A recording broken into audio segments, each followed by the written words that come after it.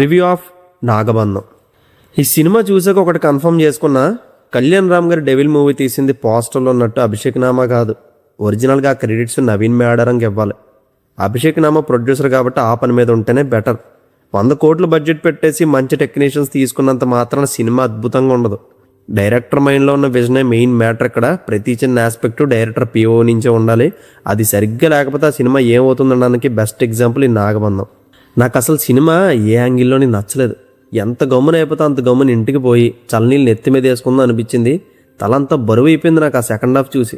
First half okay, ఏదో అలా family emotion, వాళ్ళని చంపేయడం, హీరో బాధపడడం, ఆ బ్రహ్మ కడల కోసం వెతుక్కోవడం, మొత్తానికి అలా పోయింది. పర్లేదు, సెకండ్ హాఫ్లో అసలు కథ మొదలవుతుంది కదా. ఫస్ట్ హాఫ్లో ఈ దెబ్బలన్నీ మామూలే కదా అని మనసుకు నచ్చ చెప్పుకొని కూర్చుంటే 1.5 గంటల నా తల తినేశారు. పోనీ బయటికి పోదామంటే ప్రొఫెషనల్ ఎథిక్స్ గుర్తొచ్చి ఆగిపోయా. దానికి తోడు వర్షం. ఇంకా నా పని అయిపోయింది. నిజంగా చాలా అంటే చాలా వీకెస్ట్ రేటింగ్. అంతకు మించి నీరసం నేరేషన్. 3 గంటల సినిమాలో ఒక్క వావ్ ఫ్యాక్టర్ లేదు. అండ్ చివరిలో ఏ శివుడు వస్తారు, పోనీ అక్కడైనా థియేటర్లో ఎవడైనా అరుస్తాడని చూస్తే పిన్ డ్రాప్ సైలెంట్గా ఉంది.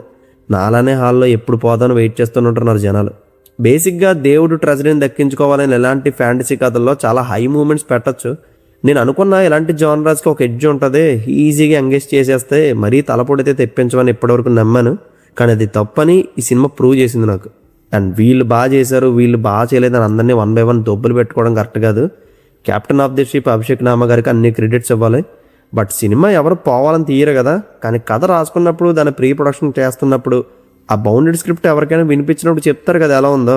డైరెక్ట్గా రాసేసుకుని సెట్స్ మీదకి వెళ్ళిపోరు కదా. పైగా స్టార్ పవర్ లేకుండా 100 కోట్లు కంటెంట్ మీద నమ్మకంతో బడ్జెట్ పెట్టారు. ఎంత జాగ్రత్తగా డీల్ చేయాలి, అదేం లేదు. ఇంకా సీజీ ఓకే, వాళ్ళకున్న బడ్జెట్లో మనం ఎక్కువ ఎక్స్పెక్ట్ చేయకూడదు. కానీ నేను ఆ డ్రాబ్యాక్స్ని యాక్సెప్ట్ చేస్తా. But very story, very screen play, దాన్ని పూర్తిగా హ్యాండిల్ చేయాల్సిన బాధ్యత డైరెక్టర్ చేతిలోనే ఉంది. దాన్నే పండబెట్టేస్తే ఇంకే విధంగా నచ్చుతుంది చెప్పండి. సీజీ గురించి ఒక్క ముక్కలో చెప్పాలంటే సినిమా అంతా ఆర్టిఫిషియల్ పావులే ఉన్నాయి, ఒరిజినల్ ఫీలే లేదు. ఆర్ట్ వర్క్ మాత్రం నచ్చింది, సినిమాటోగ్రఫీ బాగుంది, మ్యూజిక్ ఓకే పర్లే.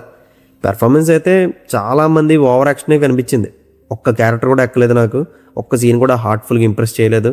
బట్ కొన్ని గ్రాండ్ వాటర్ సీక్వెన్సెస్ ఉన్నాయి, అవి మాత్రం ఫస్ట్ హాఫ్లో బాగా ట్రై చేశారు. ఆ ఎఫర్ట్స్ నచ్చాయి నాకు. ఓవరాల్గా very very disappointing experience. To be frank, cinema కన్నా నాకు నాగబంధం గ్లిమ్స్ బాగా నచ్చింది. ఒకసారి మీరు కూడా వెళ్ళి అది గ్లిమ్స్ చూడండి, చాలా బాగుంటుంది. కానీ అది చూసి మోసపోకండి, 3 గంటలు కూర్చొని ఇబ్బంది అయిపోద్ది. Take care. అండ్ ఈ మూవీకి నేను ఇస్తున్న rating 2 out of 5. See you in the next video. Take care friends. Thank you. Tata.